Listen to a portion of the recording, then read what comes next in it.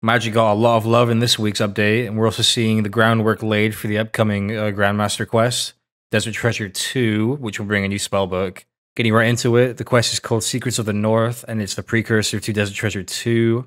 I won't spoil the quest, but there is a new solo boss at the very end of it. The solo boss is repeatable afterwards, drops pretty decent items.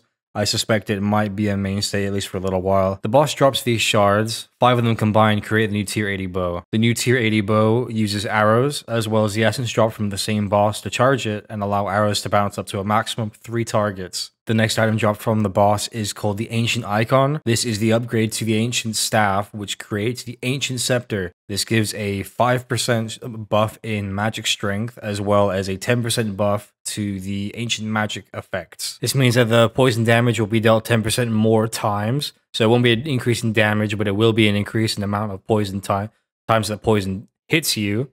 It also means that shadow abilities will stat drain you by 10% more. It means that blood spells will now heal you by 10% more. And it also means that the ice spells will freeze you for 10% longer.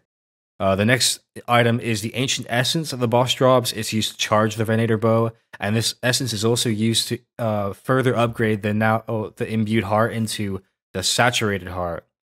So before the Imbued Heart, you would be able to use it to buff your magic. It would give you a 10% buff of your base level. So if you had 80 base magic, you would get a buff of 8, and then it would also add 1 on top of that. So you'd go from 80 to 88 and then 89 after the full buff of the Imbued Heart.